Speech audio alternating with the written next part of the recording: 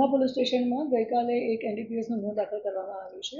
Human સોર્સથી અમારી પાસે information હતી કે ઉધના પોલીસ સ્ટેશન વિસ્તારનો જે ભાટેના એરિયા છે એમાં એલએન પાર્ક સોસાયટીની પાછળ જે ખાડીવાળો રસ્તો છે એ ખાડીવાળા રસ્તેથી થઈને બે ઈસમો નીકળનાર છે જે આ એનડીપીએસનો ગાંજાનો અથવા તો જે એનડીપીએસનો મુદ્દામાલ છે એ લઈને આવનાર છે.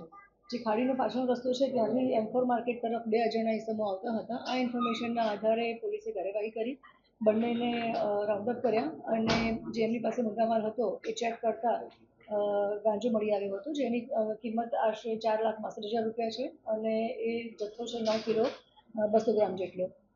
જે બંનેને રાઉન્ડઅપ કર્યા છે અને પૂછપરછ કરી તો એ બંને બાળ કિશોરો છે જે કાયદાના સંઘર્ષમાં આવનાર છે, જેઓ મૂળ બિહારના છે અને બિહારનો રોશન કુમાર જે સીતામઢીનો છે એણે આ મુદ્દામાલ એનડીપીએસનો ગાંજો એમને આપ્યો હતો અને કહ્યું હતું કે ઉધના વિસ્તારમાં જઈ અને હરિનગર સોસાયટી છે, હરિનગર વિસ્તાર છે, ત્યાં બબલુ કુમાર કરીને હશે, એમને એને માલ આપવાનો છે.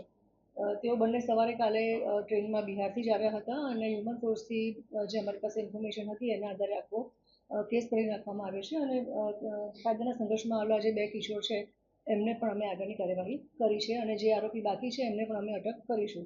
પ્રાઇમરી જે ઇન્ટ્રોગેશન કર્યું છે એમાં એવો ખ્યાલ આવ્યો છે કે જે કાયદાના સંઘર્ષમાં આવનાર એક કિશોર છે એણે હકીકત આપી છે કે અગાઉ થોડા સમય પહેલાં એ 20 કિલો ગાંજો લઈ અને બોમ્બે પણ આપવા ગયો હતો. એનો મતલબ આ એક રેકેટ ચાલી રહ્યું છે, જે સંદર્ભે અમે ઊંડાણપૂર્વક તપાસ કરી રહ્યા છીએ અને આગળનું પણ જે આરોપી છે એને પણ અમે અટક કરીશું. મેં હમણાં જ કીધું એ પ્રમાણે જે બંને બાળ કિશોરો છે એમને તો માત્ર કુરિયર તરીકે જ એમનો ઉપયોગ કરવામાં આવ્યો હતો. બિહારથી આવ્યા હતા.